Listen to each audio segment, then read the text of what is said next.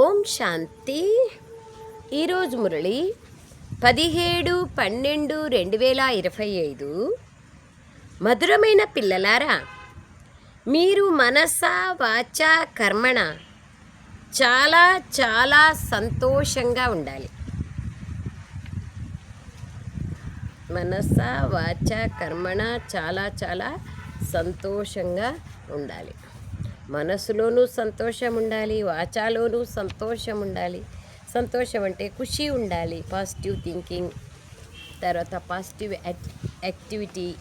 Attitude, ఇవన్నీ ఉండాలి. కర్మణ ఇతరులకు సుఖాన్ని ఇస్తే ఆటోమేటిక్గా సంతోషం ఉంటుంది. అందరికీ సంతోషాన్ని ఇవ్వాలి. మనం సంతోషంగా ఉన్నామంటే తప్పకుండా వేరే వాళ్ళకు కూడా ఇస్తాం. ఎవ్వరికీ దుఃఖాన్ని ఇవ్వకూడదు, దుఃఖం ఇవ్వకూడదు, దుఃఖం తీసుకోకూడదు. సంతోషంగా ఉండాలి, సంతోషాన్ని పంచాలి. ప్రశ్న: డబల్ అహింసకులుగా అయ్యే పిల్లలు ఏ విషయమును ధ్యాసలో ఉంచుకోవాలి? ముఖ్యంగా బాబా పాయింట్లు చెప్తున్నారు. అటెన్షన్ పెట్టి మురళి అంతా డబల్ అహింసకులుగా ఎలా అవుతాము అనేది ఆలోచన చేద్దాం. 1. ఎవరికైనా దుఃఖమిచ్చే మాటలేవి మన నోటి నుంచి వెలువడకూడదు అనే ధ్యాస ఉంచుకుంటారు. ఎందుకంటే వాచా ద్వారా దుఃఖం ఇవ్వడం కూడా హింసనే అవుతుంది. ఇతరులను బాధ పెట్టడం కూడా హింసనే కదా. ఇతరులను ఖుషి చేయాలి, బాధ పెట్టకూడదు. అయితే ఒక్కొక్కసారి మన నోటి నుంచి ఏదైనా అట్లా శబ్దం వస్తే వేరే వాళ్ళు దాన్ని బాధపడతారు. కాబట్టి దానికంటే మాట్లాడకుండా ఉండడమే బెటర్. మనసులో వచ్చినా నోట్లో రాకుండా, అంటే కర్మ వరకు రాకపోతే పరిస్థితి ఏర్పడదు. 2nd పాయింట్, మనం దేవతలుగా అవుతున్నాం కావున నడవడిక చాలా రాయల్గా ఉండాలి.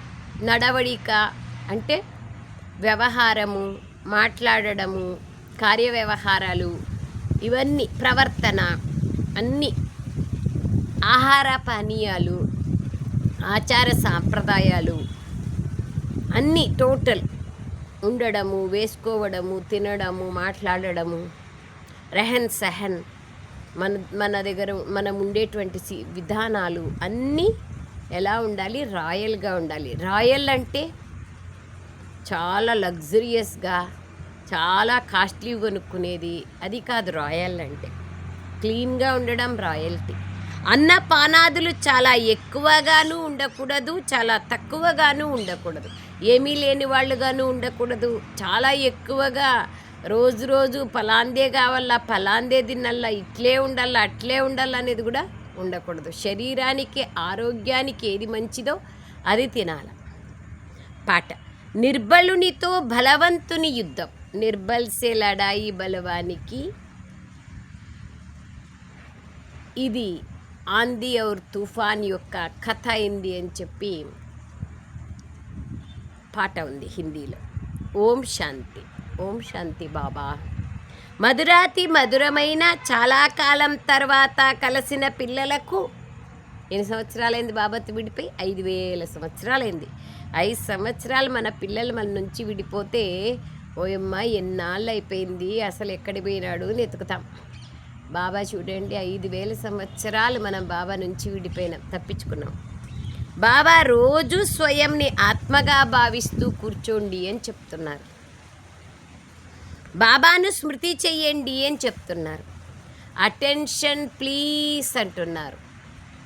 స్వయంని ఆత్మాని తెలుసుకొని బాబాను స్మృతి చెయ్యండి. ఈ విషయం పైన ధ్యాస పెట్టండి. అటెన్షన్ ప్లీజ్, భగవంతుడు స్వయం చెప్తున్నారు. అలాగే బాబ్దాదా కూడా 1 బాబా వైపు అటెన్షన్ ఇవ్వండి అని చెప్తున్నారు.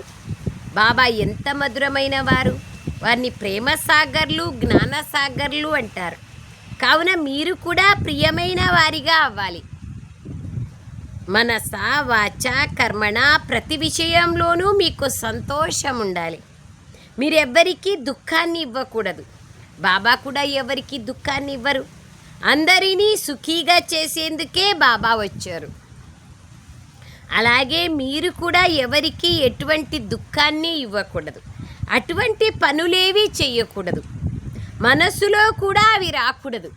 చూడండి, దుఃఖం ఇవ్వాలా, మనకు వాళ్ళు అట్లా చేస్తున్నారు కాబట్టి వీళ్ళకి ఇట్లా కావాలా అనేది కూడా రాకూడదు ఎప్పుడు. కానీ ఈ స్థితి చివరిలో ఏర్పడుతుంది, అంత ఈజీ కాదు ఇది.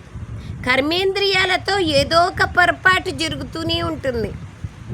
చూడరాంది చూడడము, వినరాంది వినడము, తినరాంది తినడము, మాట్లాడరాంది మాట్లాడడము, చేయరాంది చేయడము, ఎన్నో శ్రీమతానికి విరుద్ధమైన కర్మలు జరుగుతూనే ఉంటాయి. బాబా అన్నారు, కర్మేంద్రియాలతో ఏదో ఒక పొరపాటు జరుగుతూనే ఉంటుంది. అట్లా నిర్లక్ష్యంగా ఉండకూడదు. ఏదో ఒకటి బాబానే చెప్పినారు కదా అంతిమంలో అయ్యేది, కాబట్టి ఏదో ఒకటి జరుగుతూ ఉంటుందిలే, అయితాంలే, అది కూడా తప్పే. పొరపాటున, అలవాటుగా కాదు, పొరపాటు అలవాటు అయిపోతుంది. కాబట్టి అటెన్షన్ ఉండాలి. స్వయంని ఆత్మగా భావించినట్లయితే, ఇతరులని కూడా ఆత్మిక సోదరులుగా చూసినట్లయితే అప్పుడు ఇక ఎవరికి దుఃఖాన్ని ఇవ్వరు. అసలు శరీరాన్నే చూడకపోతే దుఃఖాన్ని ఎలా ఇస్తారు? ఇందులో గుప్తమైన శ్రమ ఉంది. ఇదంతా బుద్ధి యొక్క పని. ఇప్పుడు మీరు పారస బుద్ధి కలవారిగా అవుతున్నారు. మీరు పారస బుద్ధి కలవారిగా ఉన్నప్పుడు ఎంతో సుఖాన్ని చూశారు సత్యుగంలో. పారస బుద్ధి అంటే సత్వప్రధానమైన బుద్ధి. అందుకే భగవంతుని దగ్గరికి వెళ్ళి, తండ్రి మంచి బుద్ధిని అప్ప అని వేడుకోమంటారు చిన్న పిల్లల్ని కూడా. పారస బుద్ధి, సత్వప్రధాన బుద్ధి, దయార్ద్ర బుద్ధి. బుద్ధి ఎంత పనిచేస్తుంది. పారసబుద్ధి కలవారిగా అవుతున్నారు. మీరు పారసబుద్ధి కలవారిగా ఉన్నప్పుడు ఎంతో సుఖాన్ని చూశారు సత్యుగంలో. మీరే సుఖధామానికి అధిపతులుగా ఉంటిరి. ఇది దుఃఖధామం, ఇది సాధారణమైనది. ఆ శాంతిధామము మన మధురమైన ఇల్లు. మళ్ళీ అక్కడి నుండి పాత్రను అభినయించేందుకు ఇక్కడికి వచ్చాం, ఈ భూలోకానికి. దుఃఖపు పాత్రను ఎంతో కాలం అభినయించినాం, 63 జన్మల నుంచి. ఇప్పుడు ఇక సుఖధామంలోకి వెళ్ళాలి. కావున ఒకరు మరొకరిని సోదరులుగా భావించాలి. హిందూ, ముస్లిం, సిక్, ఈసాయి భాయి చెప్పేకి మాత్రమే కాదు, కర్మలో కూడా ఉండాలి. ఆత్మకు దుఃఖం ఇవ్వకూడదు. స్వయంని ఆత్మగా భావిస్తూ ఆత్మతో మాట్లాడుతున్నాను అనే అభ్యాసం ఉండాలి. ఆత్మయే ఆసనం పైన విరాజమానమై ఉంది. ఇది కూడా శివబాబా రథమే కదా. మేము శివబాబా రథాన్ని శృంగారం చేస్తున్నాము, శివబాబా రథానికి తినిపిస్తున్నాము అని పిల్లలు అంటారు. అప్పుడు శివబాబాయే గుర్తుంటారు. వారు కళ్యాణకారి తండ్రి. నేను పంచతత్వాల కళ్యాణం కూడా చేస్తానని బాబా అంటారు. ఆయన అన్నింటికీ అధిపతి కదా. అక్కడ ఏ వస్తువు ఎప్పుడూ కష్టం ఇవ్వదు. ఇక్కడైతే ఒకసారి తుఫాన్లు, మరొకసారి చలి, ఇంకొకసారి ఇంకేదో అవుతూ ఉంటుంది. ప్రకృతి అప్ అండ్ డౌన్ అవుతూ ఉంటుంది. దాని ప్రభావం శరీరం పైన కూడా పడుతుంది. ఇప్పుడు చలికాలం, చలి ఉంది అంటే ఎట్లా? చలి ఉంటుంది. తుఫాన్లు వస్తాయి, చలి ఉంటుంది. అకాల వర్షాలు ఉంటాయి, వర్షం లేక ప్రాబ్లమ్స్ వస్తాయి, అన్నీ వస్తాయి. అక్కడైతే సదా వసంత ఋతువే ఉంటుంది. సత్యుగంలో పదే పదే చెప్తారు. ఇప్పుడు కలియుగం ఎట్లుంది, సత్యుగం ఎట్లుంది, కలియుగం ఎట్లుంది, సత్యుగం ఎట్లుంది. అప్పుడన్నా మన మనస్సు సత్యుగం వైపుకి పోవాలి. దుఃఖమన్న మాటే ఉండదు. దాని పేరే స్వర్గం. మిమ్మల్ని నేను స్వర్గాధిపతులుగా తయారు చేసేందుకు వచ్చాను. భగవంతుడు ఉన్నతోన్నతమైన వారు, ఉన్నతోన్నతుడైన తండ్రి, ఉన్నతోన్నతుడైన సుప్రీం టీచర్ కూడా. మరి వారు తప్పకుండా ఉన్నతోన్నతంగానే తయారు చేస్తారు కదా, అంతే కదా. ఎట్లాంటి టీచర్ అట్లాంటి విద్యార్థులు తయారవుతారు. మనం పీజీ కోర్సులో చాలా తక్కువ చదువుకోండి టీచర్ ఏమన్నా చదివిస్తాడా? ఎంత పెద్ద చదువు అంత పెద్ద టీచర్ ఉంటారు, గొప్ప టీచర్ ఉంటారు. మీరు ఈ లక్ష్మీనారాయణల వలె ఉండేవారు కదా. ఈ విషయాలన్నింటినీ మర్చిపోయారు మీరు. గుర్తు చెప్పిస్తున్నారు. ఎరక మరుపుల ఆటలో, స్మృతి విస్మృతి ఆటలో అన్నీ మర్చిపోయినా. మన నాయనెవరు, నేనెవరు అన్నీ మర్చిపోయినాను. ఈ విషయాలను తండ్రియే కూర్చొని అర్థం చేయిస్తున్నారు. మీకు రచయిత మరియు రచన గురించి తెలుసా అని ఋషులను మునులను అడిగేవారు. అప్పుడు వారు మాకు తెలియదని చెప్పేవారు. వారి వద్దే జ్ఞానం లేనప్పుడు మరి పరంపరగా ఎలా వస్తుంది? ఈ జ్ఞానమును నేను ఇప్పుడే ఇస్తానని బాబా అంటున్నారు.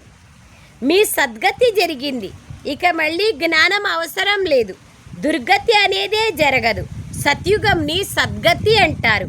ఇక్కడ దుర్గతి ఉంది, కానీ తాము దుర్గతిలో ఉన్నామని కూడా ఎవరు అనుకోరు. వాళ్ళకి తెలిస్తే కదా సద్గతి అనేది ఒకటి ఉంది అనేది తెలిస్తే కదా, స్వర్గంలోకి మేము పోతాము అనేది తెలిస్తే కదా, దేవతలు అవుతామనేది తెలిస్తే కదా. పాపం బాబా అంటున్నారు ఎవ్వరికీ తెలియదు. తండ్రిని లిబరేటర్, గైడ్, నావికుడు అంటారు. ఈ ప్రపంచంలోనే చాలా స్వర్గం ఉంది, అన్నీ ఉన్నాయంటే ఇదే అన్నీ అనుకుంటా ఉన్నారు. కానీ స్వర్గం ఎలా ఉంటుందనేది రుచి కూడా చూడలేదు. వీరు విషయసాగరం నుండి అందరి నావను తీరానికి చేరుస్తారు. దానిని క్షీరసాగరం అంటారు. విష్ణువుని క్షీరసాగరంలో చూపిస్తారు. ఇదంతా భక్తి మార్గం యొక్క గాయనం. పెద్ద పెద్ద సరస్సులు ఉంటాయి, అందులో విష్ణువు యొక్క పెద్ద చిత్రాన్ని చూపిస్తారు. మీరే మొత్తం విశ్వం పైన రాజ్యం చేశారని బాబా చెప్తున్నారు. అనేక సార్లు ఓడిపోయారు మరియు విజయాన్ని పొందారు. కామం మహాశత్రువు, దానిపైన విజయం పొందడం ద్వారా మీరు జగజ్జీతులుగా అవుతారని బాబా అంటున్నారు. కావున మరి సంతోషంగా అలా అవ్వాలి కదా. జగజ్జీత్గా కావడం అంటే సాధారణమైన విషయమా? గృహస్థ వ్యవహారంలో ఉంటూ ప్రవృత్తి మార్గంలో ఉండండి, కానీ కమల పుష్ప సమానంగా పవిత్రంగా ఉండండి. ఇప్పుడు మీరు ముళ్ళ నుండి పుష్పాలుగా అవుతున్నారు. ఇదంతా ముళ్ళ అడవి. దీనికి మనం చెప్పినా చెప్పకపోయినా అగ్ని అంటుకుంటుంది. ఒకరికొకరు ఎంతగా విసిగించుకుంటూ ఉంటారు, కొట్టుకుంటూ ఉంటారు. మీరందరూ ఇప్పుడు వానప్రస్థవస్థలో ఉన్నారని బాబా మధురాతి మధురమైన పిల్లలకు చెప్తున్నారు. ఇది చిన్న పెద్ద అందరిది వానప్రస్థవస్థ. మీరు వాచా నుండి అతీతంగా వెళ్ళేందుకు చదువుకుంటారు కదా. మీకు ఇప్పుడు సద్గురువు లభించారు. వారు మిమ్మల్ని తప్పకుండా వానప్రస్థంలోకి తీసుకెళ్తారు. ఇది విశ్వవిద్యాలయం. భగవాను వాచా అని కూడా ఉంది. నేను మీకు రాజయోగాన్ని నేర్పించి రాజాదిరాజులుగా తయారు చేస్తానని బాబా అంటున్నారు. పూజ్య రాజులు ఎవరైతే ఉన్నారో వారే మళ్ళీ పూజారి రాజులుగా అవుతారు. కావున పిల్లలు బాగా పురుషార్థం చెయ్యండి అని బాబా చెప్తున్నారు. బాబా అంటున్నారు ఇప్పుడు అందరిది వానప్రస్థ అవస్థ అయింది. వాణి నుండి అతీతంగా వెళ్ళేందుకు చదువుకుంటున్నారు. ఆలోచించండి, అవునా? నిజంగానేనా వాణి నుంచి అతీతంగా అయ్యేందుకు చదువుకుంటున్నామా? సద్గురువు లభించారు. వారు మిమ్మల్ని తప్పకుండా వానప్రస్థంలోకి తీసుకెళ్తారు. ఇది విశ్వవిద్యాలయం. భగవాను వాచ అని ఉంది కదా. నేను మీకు రాజయోగాన్ని నేర్పించి రాజాదిరాజులుగా తయారు చేస్తాను. భగవద్గీతలో ఉంది కదా, రాజవిద్య రాజగుహ్య యోగ. పూజ్య రాజులు ఎవరైతే ఉన్నారో వారే మళ్ళీ పూజారి రాజులుగా అవుతారు.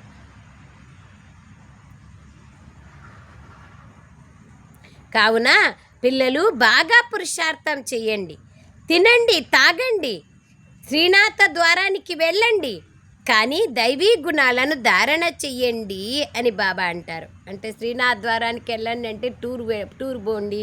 బాబానే చెప్పినారు కదక్క, పలాన్ జాగాకు పోవాలని సంవత్సరం ఏటకో దగ్గరికి పోదాం పండి అంటారు కొంతమంది. శ్రీనాథ ద్వారంలో నేతి వంటలు ఎన్నో దొరుకుతాయి. అక్కడ నేతి బావులు తయారు చేయబడి ఉన్నాయి. వాటిని తినేదెవరు? పూజారీలు. శ్రీనాథుడు మరియు జగన్నాథుడిని ఇరువురిని నల్లగా చేసేసినారు. జగన్నాథ మందిరంలో దేవతల అశుద్ధ చిత్రాలు ఉన్నాయి గోపురం పైన.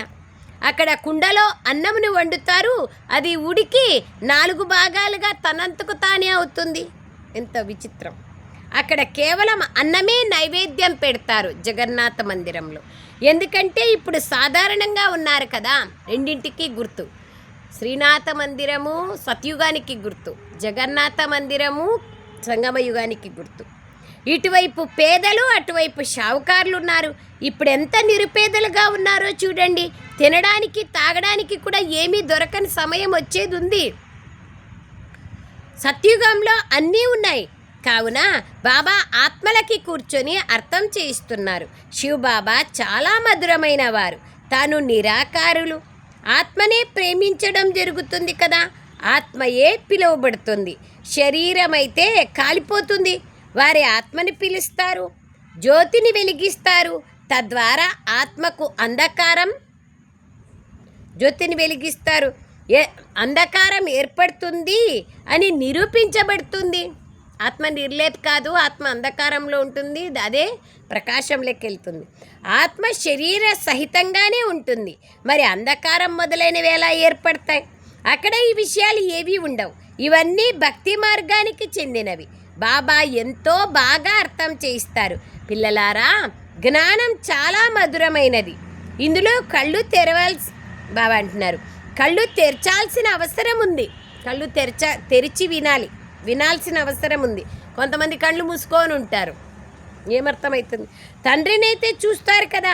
శివబాబా ఇక్కడ విరాజమానమై ఉన్నారని మీకు తెలుసు. కావున కళ్ళు తెరుచుకొని కూర్చోవాలి కదా, బేహద్దు తండ్రిని చూడాలి కదా. బాగా వినండి, చెవులు తెరుచుకొని కళ్ళు తెరుచుకొని వినండి. మురళి వినేటప్పుడు కళ్ళు మూసుకొని కొంతమంది వింటారు, కొంతమంది ఏందో రాస్తూ ఉంటారు, కొంతమంది మొబైల్ చూస్తూ ఉంటారు. రకరకాలు ఏకాగ్రతతో ఏం చెప్తున్నారు బాబా. రోజంతా నేను ఏ పాయింట్ని పదే పదే పునరావృతం చేయాలా అనేది ఉండాలి కదా. అటెన్షన్తో వినాల మురళిని. చెవులు తెరుచుకొని కళ్ళు తెరుచుకొని వినాల. బాబా అదే అంటున్నారు చూడండి, బేహద్దు తండ్రిని చూడాలి కదా. ఇంతకు ముందు పిల్లలు బాబాను చూడడంతోనే ధ్యానంలోకి వెళ్ళిపోయేవారు. పరస్పరం కూర్చొని కూడా ధ్యానంలోకి వెళ్ళిపోయేవారు. కళ్ళు మూసుకొని పరిగెత్తుతూ ఉండేవారు. ఇది అద్భుతం కదా. అంటే రాస్ చేసేవాళ్ళు కదా, ట్రాన్స్లోకి వెళ్ళిపోయేవాళ్ళు. ఒకరికొకరు చూసుకునేటప్పుడు నేను సోదరులతో మాట్లాడుతున్నాను, సోదరులకు అర్థం చేయిస్తున్నాను అని భావించండి అని బాబా చెప్తున్నారు. మీరు బేహద్దు తండ్రి సలహాని పాటించరా? మీరు ఈ అంతిమ జన్మ పవిత్రంగా ఉంటే పవిత్ర ప్రపంచానికి అధిపతులుగా అవుతారు. బాబా అనేకులకు అర్థం చేయిస్తారు. బాబా మేము తప్పకుండా పవిత్రంగా అవుతాం అని కొందరు వెంటనే అంటారు. పవిత్రంగా ఉండడం అయితే మంచిదే కదా. చాలామంది చాలా ధర్మాలలో పవిత్రంగా ఉండేవారు ఉన్నారు. క్రిస్టియన్స్లో ఉన్నారు, అన్ని ధర్మాల్లోనూ ఉన్నారు. కుమారి పవిత్రంగా ఉంటే అందరూ తనకి నమస్కారం చేసుకుంటారు. వివాహం చేసుకుంటే పూజారిగా అయిపోతుంది, అందరికీ నమస్కారం చేయాల్సి ఉంటుంది. కావున పవిత్రత ఎంతో గొప్పది. పవిత్రత ఉంటే సుఖము శాంతి ఉంటాయి. పవిత్రత సుఖశాంతులకు జనని. సుఖము శాంతి కావాలంటారు కానీ పవిత్రంగా ఉండాలనుకోరు. పవిత్రంగా ఉండడం అంటే ఏమి? కేవలం బ్రహ్మచర్యం మాత్రమే కాదు, బ్రహ్మచారిగా కావాలి. అడుగడుగులోనూ బ్రహ్మబాబాని మనము అనుసరించాలి. ఏమేం చేసినారు బాబా, ఎట్లుండ్రి, ఎట్లా నడుచుకున్నారు అని ప్రతి ఒక్కటి ఆలోచించాలి. బాబా అంటున్నారు, కొందరు వెంటనే అర్థం చేసుకుంటారు, నమస్కరించాల్సి ఉంటుంది. పవిత్రత ఎక్కడ ఉంటే అక్కడ సుఖము శాంతి ఉంటుంది. మొత్తం ఆధారం అంతా పవిత్రత పైనే ఉంది. పవిత్రత ఆధారంగానే యోగం కూడా కుదురుతుంది. ఓ పతిత పావన రాండి అని పిలుస్తారు. పావన ప్రపంచంలో రావణుడు ఉండడు. అది రామరాజ్యం. అక్కడ అందరూ పాలు పంచదార వలె కలిసిమెలిసి ఉంటారు. ఇక్కడ చూడండి ఎట్లుంటారు, ఉప్పు నీళ్ళులాగా ఉంటారు, కొట్లాడుకుంటూ ఉంటారు. ధర్మరాజ్యం ఉంటుంది. మళ్ళీ రావణుడు ఎక్కడి నుండి వచ్చాడు? రామాయణం మొదలైన వాటిని ఎంత ప్రేమగా వినిపిస్తారు. ఇదంతా భక్తి. కావున పిల్లలు సాక్షాత్కారంలో నాట్యం చేయడం మొదలు పెడతారు. సత్యమైన నావ కదులుతుందే కానీ మునగదనే గాయనం కూడా ఉంది. బాగా బాగా అండర్లైన్ చేసుకోండి. సత్యంగా ఉండాలి. సత్యమైన నావ కదులుతుంది కానీ మునిగిపోదు. బాబా నావికుడు కాబట్టి ఇంకే సత్సంగం లేకైనా వెళ్ళడాన్ని ఎవరూ అవరోధించరు. కానీ ఇక్కడికి రావడాన్ని ఎంతగా ఆపుతారు, చేయాల్సి ఉంటుంది కదా, మార్పు వస్తుంది. బాబా మీకు జ్ఞానాన్ని ఇస్తారు. మీరు బీకేలుగా అవుతారు. బ్రాహ్మణులుగా అయితే తప్పకుండా అవ్వాల్సిందే. తండ్రి తప్పకుండా స్వర్గస్థాపన చేస్తున్నారు. కావున మనము కూడా స్వర్గానికి అధిపతులుగా కావాలి కదా. ఆయన చేసేకొచ్చినప్పుడు మనం కాకపోతే ఎలా? మరి మనము ఇక్కడ నరకంలో ఎందుకున్నాము ఇప్పుడు అర్థమవుతుంది. ఇంతకుముందు మనం కూడా పూజారీలుగా ఉంటిమి. ఇప్పుడు మళ్ళీ 21 జన్మల కోసం పూజ్యులుగా బాబా వచ్చి చేస్తున్నారు. 63 జన్మలు పూజారీలుగా అయ్యాం. ఇప్పుడు మళ్ళీ మనం పూజ్యులుగా స్వర్గాధిపతులుగా అవుతాం. ఇది నర నుండి నారాయణుడిగా అయ్యే కాలేజ్. బాబా నిన్నేమండ్రి? పవిత్రాతి పవిత్రమైన చర్చ్. పవిత్రాతి పవిత్రమైన ప్యాలెస్. మళ్ళీ ఏమంటారు బాబా? University, school. ఈరోజు ఏమంటున్నారు? కాలేజ్. చూస్తారా బాబా ఎంత నషాయి కపిస్తారు. భగవాన్ వాచ, నేను మిమ్మల్ని రాజాదిరాజులుగా తయారు చేస్తాను. పతిత రాజులు పావన రాజులకు నమస్కరిస్తారు, వందనం చేస్తారు. ప్రతి ఒక్క మహారాజుని మెహల్లో తప్పకుండా మందిరం ఉంటుంది. అది కూడా రాధాకృష్ణులది, లక్ష్మీనారాయణలది, సీతారాములది ఉంటుంది. ఈ రోజుల్లో అయితే గణేష్, హనుమాన్ మొదలైన మందిరాలు కూడా తయారు చేస్తూ ఉంటారు. భక్తి మార్గంలో ఎంతో అంధశ్రద్ధలతో ఉంటారు. తప్పకుండా మనం రాజ్యం చేశామని, మళ్ళీ వామ మార్గంలో వెళ్తామని ఇప్పుడు మీరు అర్థం చేసుకున్నారు. ఇది మీ అంతిమ జన్మ. బాగా గుర్తుపెట్టుకోండి, అంతిమ జన్మ, అంతిమ సమయం. మధురాతి మధురమైన పిల్లలు, మొదట మీరు స్వర్గంలో ఉండేవారు, మళ్ళీ కిందికి దిగుతూ దిగుతూ ఇప్పుడు కిందికి వచ్చారు. మేము చాలా ఉన్నతోన్నతులుగా ఉండేవాళ్ళము, మళ్ళీ తండ్రి మమ్మల్ని ఉన్నతంగా పైకి తీసుకెళ్తున్నారు అని మీరు అంటారు. మనం ప్రతి 5000 సంవత్సరాల తర్వాత చదువుతూ వచ్చాం. దీనిని ప్రపంచ చరిత్ర భూగోళాల పునరావృతము అంటారు. నేను పిల్లలైన మిమ్మల్ని విశ్వాధిపతులుగా తయారు చేస్తాను. మొత్తం విశ్వంలో మీ రాజ్యం ఉంటుంది. బాబా మీరెవరూ దోచుకోలేనటువంటి రాజ్యాన్ని ఇస్తున్నారని కూడా పాటలో ఉంది. ఇప్పుడు ఎన్ని పార్టీషన్లు, ఎన్ని గొడవలు. నీటి కోసం, భూమి కోసం గొడవలు జరుగుతూనే ఉంటాయి. తమ తమ ప్రాంతాలను సంభాళించుకుంటూ ఉంటారు.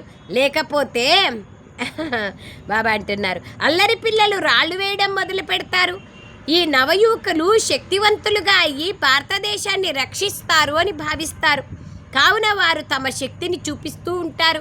ప్రపంచ పరిస్థితి ఎలా ఉందో చూడండి. ఇది రావణ రాజ్యం కదా.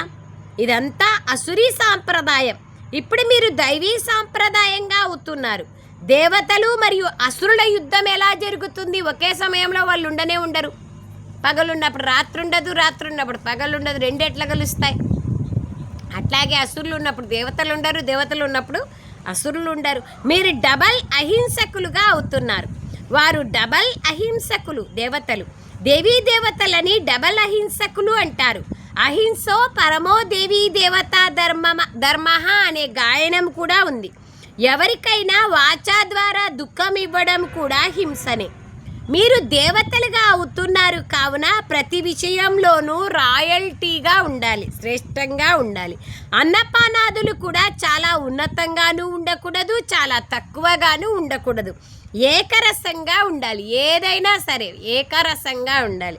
ఉంటే ఉగాది, లేకుంటే లేకుంటే శివరాత్రినో సంక్రాంతినో అంటారు కదా, అట్లా కాదు. కొంతమంది ఉంది అంటే చాలు, సేవకు ఉపయోగపెడదాము, లేదా ఇంకేమైనా చేద్దాము, మనమున్న స్థానంలో మంచిగా చేద్దాము, వైబ్రేషన్లు మంచిగా నింపుదాము అనేది లేదు. కొంతమందికి డిఫరెంట్గా ఉంటారు. అందుకే బాబా అంటున్నారు, అన్నపానాదులు కూడా చాలా ఉన్నతంగా ఉండకూడదు. కొంతమంది చాలా రాయల్టీగా ఉంటారు, అట్లనూ ఉండకూడదు. అందుకే న్యాచురల్గా ఉండాల.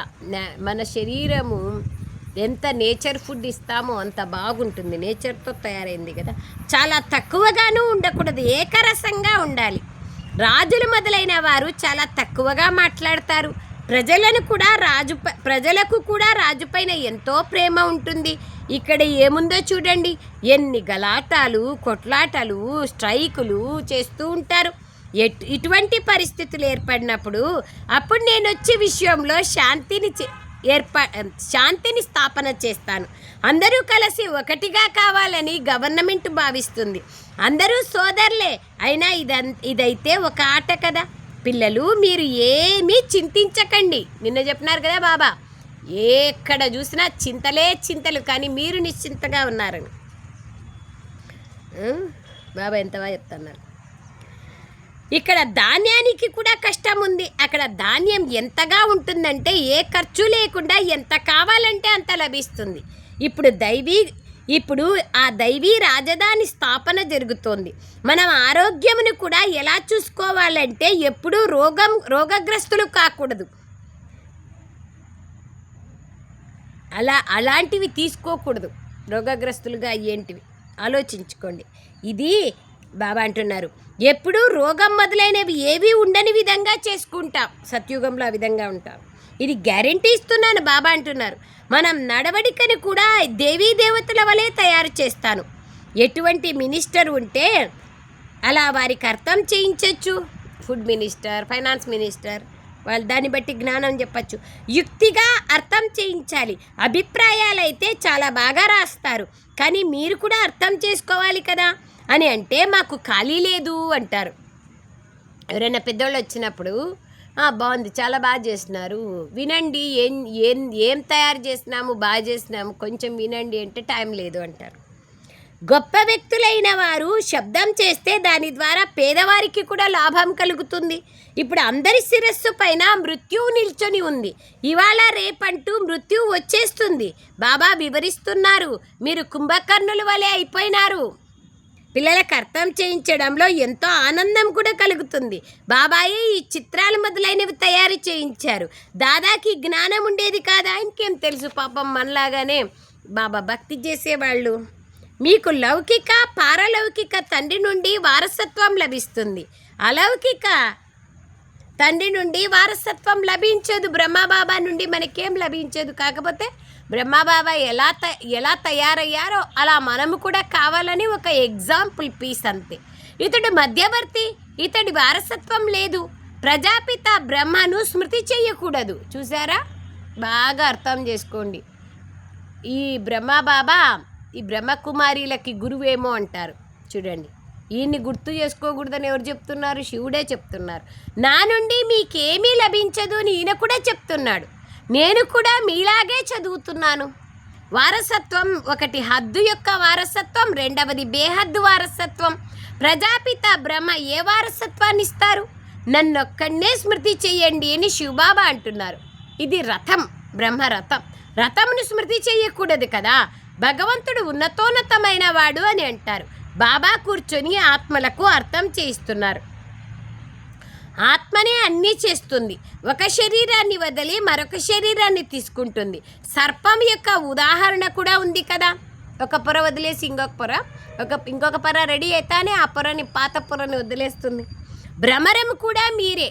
తన జాతికి చెందని పురుగులను తీసుకొచ్చి గూడు తయారు చేసి గూడులో పెట్టి మూతేసి బూబు అని తిరిగి మళ్ళీ తనలాగా ఇతరులను ఆ యొక్క పురుగులను కూడా తయారు చేస్తుంది. భ్రమరీ పురుగు మీరే. మీరు జ్ఞానం వినిపిస్తూ ఉండండి. జ్ఞానం వినిపిస్తూ మీరు ఎవరినైనా విశ్వాధిపతులుగా చేయగలరు. ఏ తండ్రి అయితే మిమ్మల్ని విశ్వాధిపతులుగా తయారు చేస్తున్నారో అటువంటి తండ్రిని ఎందుకు స్మృతి చేయరు? ఇప్పుడు తండ్రి వచ్చారు కావున వారసత్వం ఎందుకు తీసుకోకూడదు? కానీ ఖాళీ దొరకడం లేదు మాకు అంటారు. మంచి పిల్లలు క్షణంలో అర్థం చేసుకుంటారు. మనుషులు లక్ష్మీదేవిని పూజిస్తారు, కానీ లక్ష్మీ నుండి ఏం లభిస్తుంది? ధనం మాత్రమే. అంబ నుండి ఏం లభిస్తుంది? మనోకామనలు తీరుతాయి. లక్ష్మీ స్వర్గం యొక్క రాకుమారి, తన నుండి డబ్బును కోరుకుంటూ ఉంటారు. అంబ విశ్వానికి అధిపతిగా తయారు చేస్తుంది. తాను సర్వ మనోకామనలని పూర్తి చేస్తుంది. శ్రీమతము ద్వారా అన్ని మనోకామనలు పూర్తి అయిపోతాయి. మనోకామనలే ఉండవు. अच्छा, मीठे मीठे सिकलरे बच्चों प्रति माता पिता बाप दादा का याद प्यार और गुड मॉर्निंग। रूहानी बाप की रूहानी बच्चों को नमस्ते। हम रूहानी बच्चों की रूहानी माता पिता बाप दादा को याद प्यार गुड मॉर्निंग और नमस्ते नमस्ते नमस्ते बाबा, नमस्ते। थैंक यू बाबा सारा। ఈ కర్మేంద్రియాలతో ఎటువంటి పొరపాట్లు జరగకుండా ఉండేందుకు నేను ఆత్మను అనే స్మృతిని పక్కా చేసుకోవాలి. శరీరాన్ని చూడకూడదు. ఒక్క తండ్రిపైనే ధ్యాసనుంచాలి. ఈ కర్మేంద్రియాలతో ఎటువంటి పొరపాట్లు జరగకుండా ఉండేందుకు నేను ఆత్మను అనే స్మృతిని పక్కా చేసుకోవాలి. శరీరాన్ని చూడకూడదు. ఒక్క తండ్రిపైనే ధ్యాసనుంచాలి. రెండవ పాయింట్. ఇప్పుడు అందరిది వానప్రస్థావస్థ కావున వాణి నుండి అతీతంగా వెళ్ళేందుకు పురుషార్థం చేయండి. సైలెంట్గా ఉండి విదేహీ అభ్యాసం చేసే పురుషార్థం చేయండి. పవిత్రంగా తప్పకుండా అవ్వాలి. సత్యం యొక్క నావ కదులుతుందే కానీ మునిగిపోదు. కావున విఘ్నాలను చూసి భయపడకూడదు. మన జతలో ఎవరున్నారు, ఎందుకు భయపడాలి? సర్వశక్తివంతుడైన తండ్రి మన జతలో ఉంటే మనకెందుకు భయం? వరదానం: డ్రామా జ్ఞానంతో అచల స్థితిని తయారు చేసుకునే ప్రకృతి లేదా మాయాజీతులుగా కండి. డ్రామా జ్ఞానంతో అచల స్థితిని తయారు చేసుకునే ప్రకృతి లేదా మాయాజీతులుగా కండి. వివరణ: ప్రకృతి లేదా మాయ ద్వారా ఎటువంటి పరీక్ష వచ్చినా కానీ కొద్దిగా కూడా అలజడి కాకూడదు. ఇదేమిటి, ఇదెందుకు అన్న ప్రశ్న వచ్చినా, కొద్దిగా ఏ సమస్య వచ్చినా, యుద్ధం చేసేదిగా అయినా ఫెయిల్ అయిపోతారు. కొద్దిగా వచ్చిన కావున ఏమి జరిగినా కానీ లోపల నుండి ఓహో మధురమైన డ్రామా, ఓహో అనే శబ్దమే వెలువడాలి. అయ్యో ఏమైంది అన్న సంకల్పం కూడా రాకూడదు. సంకల్పంలో కూడా ఎటువంటి అలజడి జరగకూడదు. అటువంటి స్థితి ఉండాలి. సదా అచలంగా స్థిరమైన స్థితి ఉండాలి. అప్పుడు ప్రకృతి జీతులు లేదా మాయాజీతులు అనే వరదానం లభిస్తుంది. స్లోగన్: శుభవార్తని వినిపించి సంతోషమును కలిగించడమే అన్నింటికన్నా శ్రేష్టమైన కర్తవ్యం. శుభవార్త, మంచి మాటలు, మంచి సందేశం. ఇంక ఈ ప్రపంచం వెళ్ళిపోతుంది, కొత్త ప్రపంచం వచ్చేది ఉంది. బాబా వచ్చినారు, మనల్ని మంచి ప్రపంచంలోకి తీసుకెళ్తున్నారు. ఇక్కడ హాస్పిటల్ ఉండదు, రోగాలు ఉండవు, దుఃఖాలు ఉండవు, చలి ఉండదు, ఎండ ఉండదు, ఏముండదు, వసంత ఋతువు ఉంటుంది. అలాంటి ప్రపంచంలోకి వెళ్తున్నామనే సందేశం ఇవ్వండి అంటున్నారు బాబా. అవ్యక్త ప్రేరణ. ఇప్పుడు సంపన్నంగా మరియు కర్మాతీతంగా అవ్వాలనే ధుని ఉండాలి. ఇప్పుడు సంపన్నంగా మరియు కర్మాతీతంగా అవ్వాలనే ఆలోచన ఉండాలి. మహారథుల పురుషార్థం ఇప్పుడు విశేషంగా ఈ అభ్యాసానికి చెందినదిగా ఉంది. ఇప్పుడిప్పుడే కర్మయోగము, ఇప్పుడిప్పుడే కర్మాతీత స్థితి. పాత ప్రపంచంలో పాత అంతిమ శరీరమునకొచ్చే ఏ విధమైన వ్యాధి అయినా తమ శ్రేష్ఠ స్థితిని అలజడిలోకి తీసుకురాకూడదు. స్వచింతన, జ్ఞాన చింతన, శుభచింతకులుగా అయ్యే చింతననే నడవాలి. దీనినే కర్మాతీత స్థితి అంటారు.